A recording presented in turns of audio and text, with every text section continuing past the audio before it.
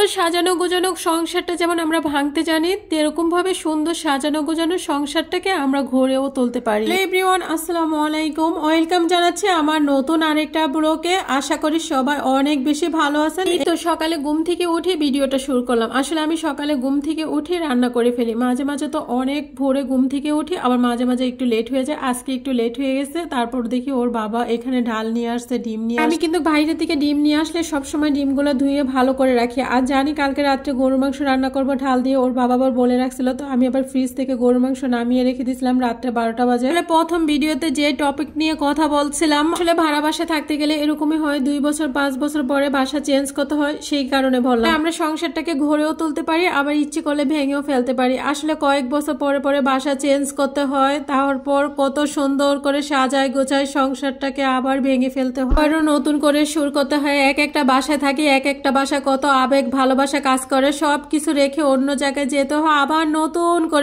করে সবকিছু গড়ে তুলতে হয়। মনে হয় নতুন সংসার শুরু করছি। চেঞ্জ করা কিন্তু অনেক বেশি ঝামেলার কাজ। যারা বাসা চেঞ্জ করেন তারা অবশ্যই জানেন। যাই হোক, অবশেষে আমাদের নিজেদের একটা ফ্ল্যাট হয়ে যাচ্ছে কিছুদিনের ভিতরেই। তারপর আমরা ওই ফ্ল্যাটে উঠে যাব, আর এই ভোগান্তিটা ভোগাতে হবে না। তাই কথা বলতে বলতে আপনাদের ভাইয়ার পছন্দের খাবার কিন্তু আজকে রান্না করতেছি আমি। দিকে ছোট ছেলেটার জন্য একটা ডিম ভেজে নিতেছি, আর আপনাদের ভাইয়ার পছন্দ হয়েছে অ্যাঙ্কার ডাল দিয়ে গরুর মাংস। এই খাবারটা অনেক বেশি পছন্দ করে, তো এখানে আমি বসিয়ে দিছি। আসলে বুঝতে পারিনি আমার ভাইরাল কড়াইয়ের ভিতরে যে জায়গা হবে না। আসলে গরুর মাংসের ভিতরে যা যা মশলা আছে সবকিছু দিয়ে দিছি, আর রাঁধুনি গরু মাংস মশলাটা দিয়ে দিছি, ঠ্যাঙ্গা এলাচ যা আছে সবকিছু দিয়ে আমি অ্যাঙ্কার ডালটা দিয়ে দিতেছি। আর ডালটা কিন্তু রাত্রে ভিজিয়ে রাখলে বেশি ভালো হয়, যেহেতু আমার সময় ছিল না। আসলে ঢাল গরুর মাংস দিয়ে যদি বসাতাম তাহলে এটার ভিতরে জায়গা হতো না, এই কারণে আমি পরে চেঞ্জ করে ফেললাম। এখানে আমি ডালটা কিছুটা সময় কষিয়ে নিলাম। কষিয়ে নেওয়ার পরে যেহেতু জায়গা হবে না, গরুর মাংস ঝোল টোল সবকিছু মিলে যেহেতু ডালটা আর একটু ফুটবে, এই কারণে আমি বড় একটা পাতিলি বসিয়ে দিলাম। তারপর গরু মাংসটা দিয়ে দিলাম। যেহেতু গরু মাংসটা সিদ্ধ হতে অনেক সময় লাগবে, তো এই কারণে আমি দোনোটা ঢাল আর গরু মাংস একসাথে ভালো করে মিশিয়ে আমি এখন বসিয়ে দিব প্রায় অনেকটা সময়ের জন্য। আর কিছুক্ষণ পরে পরে আমি এটা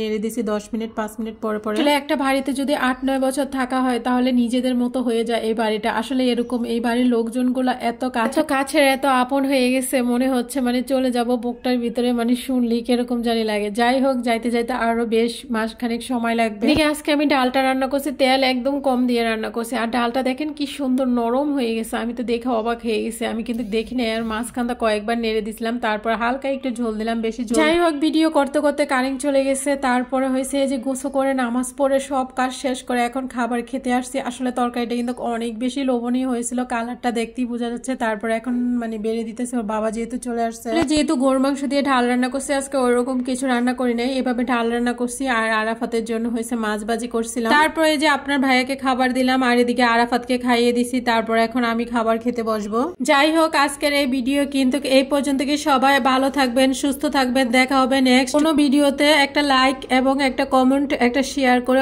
অবশ্যই পাশে থাকবেন। সবাইকে অসংখ্য ধন্যবাদ। আল্লাহ হাফেজ।